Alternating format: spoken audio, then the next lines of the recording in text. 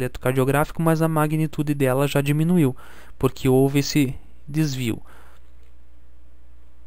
Então, resumindo esse primeiro assunto, forças se movendo em direção ao eletrodo positivo geram uma onda para cima no traçado eletrocardiográfico, ou seja, uma onda positiva.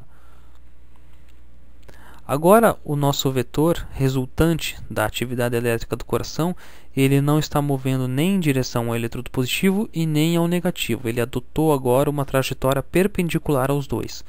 Quando eu tenho um vetor resultante da atividade elétrica que tem uma trajetória perpendicular aos eletrodos, eu vou ter um evento chamado evento isoelétrico, ou seja, uma onda de isoeletricidade. Então, eu posso conceituar que forças se movendo na perpendicular dos eletrodos geram ondas isoelétricas no traçado eletrocardiográfico. Isso aqui é importantíssimo de memorizar para quando formos determinar eixo elétrico, que eu vou comentar mais para o final. Aqui nós temos um outro exemplo de um vetor que agora ele está se movendo em direção ao eletrodo negativo, mas não totalmente alinhado com o mesmo, então, ou seja, ele está se afastando do eletrodo positivo.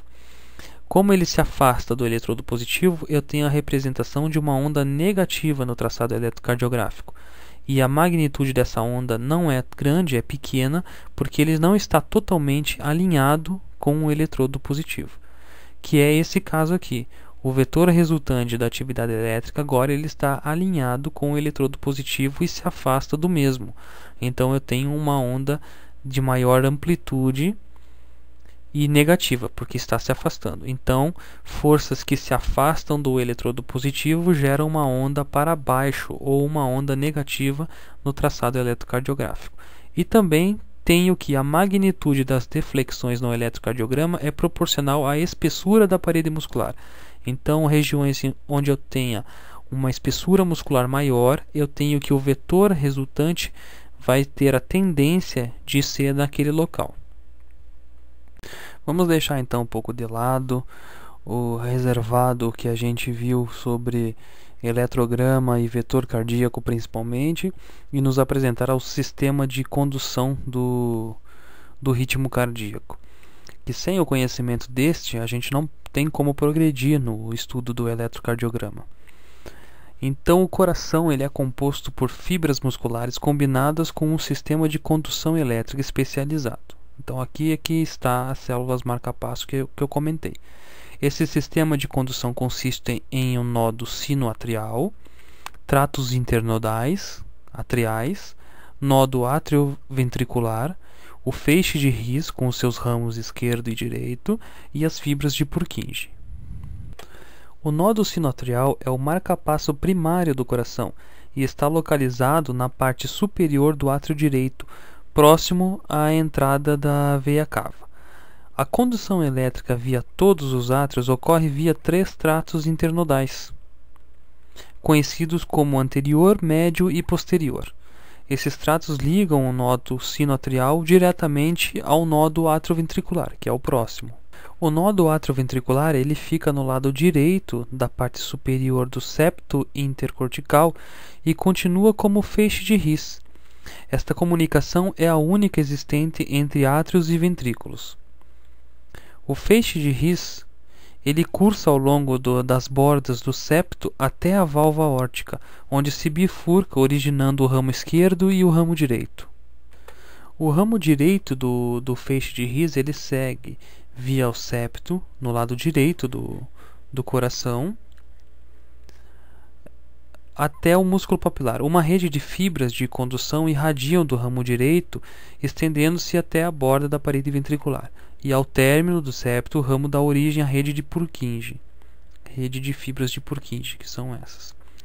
O ramo esquerdo ele segue via o septo, no lado esquerdo do coração, e próximo às válvulas, à válvula aórtica, mais ou menos 1/3 do septo, ele dá origem a 2 fascículos, o fascículo anterior e o fascículo posterior.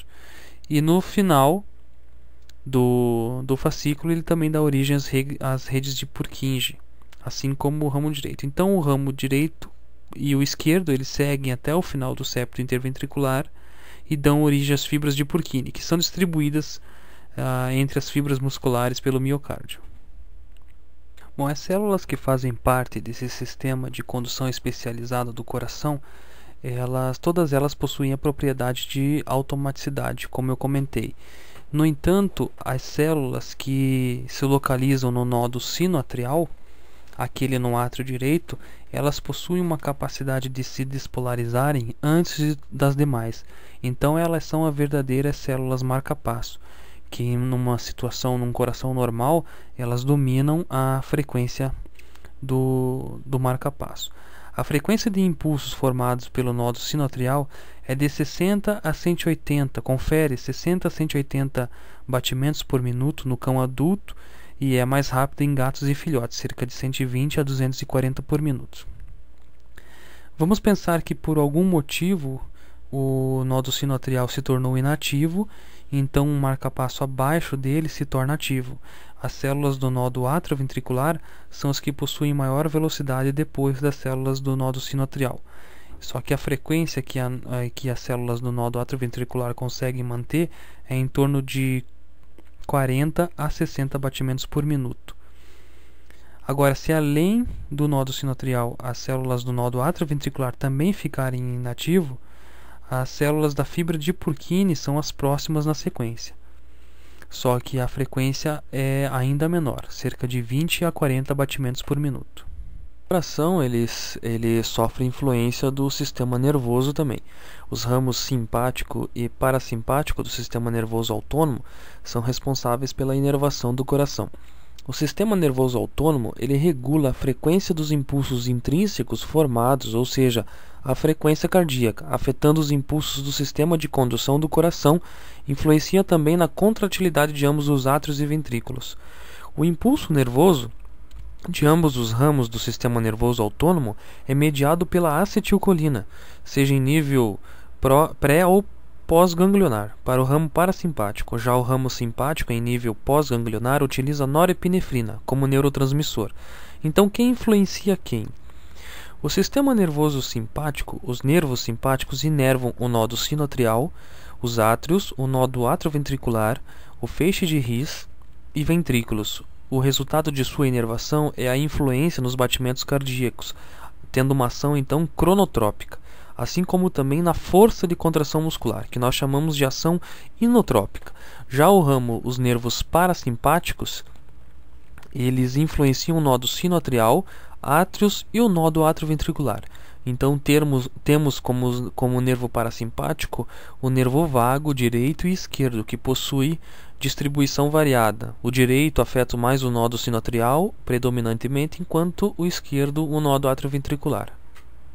O eletrocardiógrafo, como um galvanômetro, ele possui um instrumento delicado de escrita que irá indicar cargas positivas ou negativas. E o funcionamento do eletrocardiógrafo envolve uma série de fatores. O sistema de condução é responsável pela formação do impulso elétrico e a propagação pelo coração. E o eletrocardiógrafo, com os eletrodos aplicados na superfície corpórea, irá gravar essa atividade elétrica. Então, para que ocorra um traçado normal no eletrocardiógrafo, é preciso que o sistema de condução inicie a formação do impulso pela célula marca-passo primário, que geralmente é uma célula do nódo sinoatrial. Esse impulso deve ser transmitido pelo sistema de condução, ocorrendo ativação ou despolarização dos átrios e ventrículos, ou seja, do miocárdio. E também existir a repolarização do miocárdio. Essa é a condição para que a gente tenha um traçado normal no eletrocardiógrafo. O que nós vamos ver agora é o eletrograma do coração, conhecido como eletrocardiograma. Como eu disse, o eletrocardiógrafo ele observa o coração como se fosse uma única célula. Assim como o coração é um sincício anatômico, então ele pode atuar como uma única célula. E aqui entra em vigor então a hipótese dipolar, onde nós temos um campo negativo e um campo positivo no coração.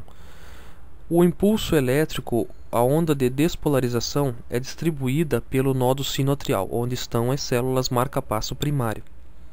E o vetor resultante da despolarização do átrio direito é esse que vocês podem ver aqui. Ele tem uma trajetória para baixo, em direção ao ventrículo.